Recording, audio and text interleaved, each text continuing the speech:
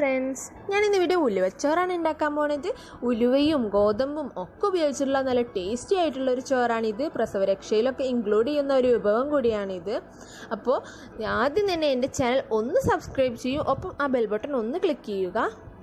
ഞാനിവിടെ ഒരു ബൗൾ എടുത്തിട്ടുണ്ട്. നമുക്ക് ഈ ബൗളിലോട്ട് ആദ്യം തന്നെ നമ്മൾ സാധാ വീട്ടിൽ ചോറ് വെക്കുന്ന അരി എടുത്താലും മതി. അങ്ങനെ ഒരു 1.5 ഗ്ലാസ് അരി ഞാൻ എടുത്തിട്ടുണ്ട്. ഞാനിവിടെ പെട്ടെന്ന് വേവുന്ന അരിയാണ് എടുത്തിട്ടുള്ളത്.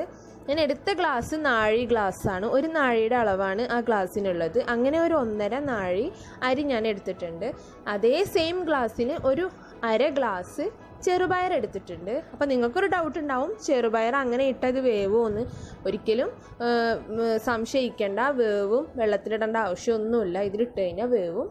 പിന്നെ ഞാനിവിടെ സൂചി ഗോതമ്പാണ് എടുത്തിട്ടുള്ളത്. ഒരു 3/4 ഗ്ലാസ് സൂചി ഗോതമ്പ് ഇതിലോട്ട് ഇട്ട് കൊടുക്കുക.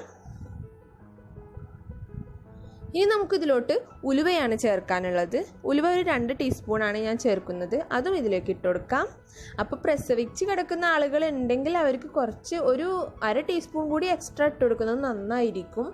ഉലുവ കൂടുതൽ ഇട്ട് കഴിഞ്ഞാൽ കയ്പ്പ് വരും, അപ്പോൾ അത് പ്രത്യേകം ശ്രദ്ധിക്കുക. നമുക്കിതെല്ലാം കൂടെ വാഷ് ചെയ്തതിന് ശേഷം നമുക്കൊരു കുക്കറിലോട്ട് ഇട്ട് കൊടുക്കാം. അപ്പോൾ ഞാൻ എടുത്തിട്ടുള്ളത് പെട്ടെന്ന് വേവുന്ന അരിയാണ്.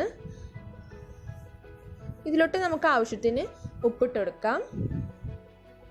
ഇനി നമുക്കിതിലോട്ട് വെള്ളം ചേർത്ത് കൊടുക്കണം. വെള്ളം ഒഴിക്കുന്നതിൻ്റെ അളവ് കറക്റ്റ് ആയാലേ നമ്മുടെ ചോറ് പെർഫെക്റ്റ് ആയിട്ട് വെന്ത് വരുള്ളൂ. അപ്പോൾ ഞാൻ ഇതിലോട്ട് ഇപ്പോൾ ചെറുപയറും അതുപോലെ അരിയും ഗോതമ്പും ഒക്കെ എടുത്തിട്ടുള്ള അളവ്, ആ അളവിൻ്റെ ഡബിൾ അളവിലാണ് വെള്ളം ഒഴിച്ചെടുക്കേണ്ടത്. ഞാനിതെല്ലാം കൂടെ എടുത്തിട്ടുള്ളത് ഏകദേശം ഒരു 2.25 കപ്പ് വരെ എടുത്തിട്ടുണ്ട്. ആ 2.25 കപ്പിലോട്ട് ഞാനിവിടെ കപ്പ് അരി സാധനങ്ങളിലോട്ട് ഞാനിവിടെ ഒഴിച്ചു കൊടുക്കുന്നത് 5 ഗ്ലാസ് വെള്ളമാണ്. അത് അങ്ങനെ ചേർക്കുന്നത് അരി പെട്ടെന്ന് വേവുന്നത് കൊണ്ടാണ് ഞാൻ അത്ര ചേർക്കുന്നത്. ഇനി ഇല്ല, നിങ്ങളുടെ കയ്യിലുള്ളത് കൂടുതൽ സമയം വേവേണ്ട അരിയാണെന്നുണ്ടെങ്കിൽ 1 ഗ്ലാസ് കൂടി എക്സ്ട്രാ നിങ്ങൾക്ക് ഒഴിച്ചു കൊടുക്കാം. പിന്നെ നമുക്കിത് അടുപ്പിലോട്ട് വെച്ച ശേഷം ഒരു 4 വിസിൽ വരെ ഞാൻ അടുപ്പിച്ചിട്ടുണ്ട്. 4 വിസിൽ കഴിഞ്ഞപ്പോൾ സാവധാനം ആവിയെല്ലാം പോയ ശേഷമാണ് ഞാൻ തുറക്കുന്നത്. ഇനി നിങ്ങൾ 5 ഗ്ലാസ് അല്ല അതിൽ കൂടുതൽ പെട്ടെന്ന് വേവാത്ത അരിയാണെങ്കിൽ അതിൽ കൂടുതൽ വെള്ളം വെച്ചിട്ടുണ്ടെങ്കിൽ ഒരു 5 വിസിൽ വരെ നിങ്ങൾക്ക് അടിച്ച ശേഷം ഓഫ് ചെയ്യുക. എന്നിട്ട് ഓഫ് ചെയ്തിട്ട് ആവി പോകുന്നത് വരെ വെയിറ്റ് ചെയ്യുക, ശേഷം തുറക്കുക.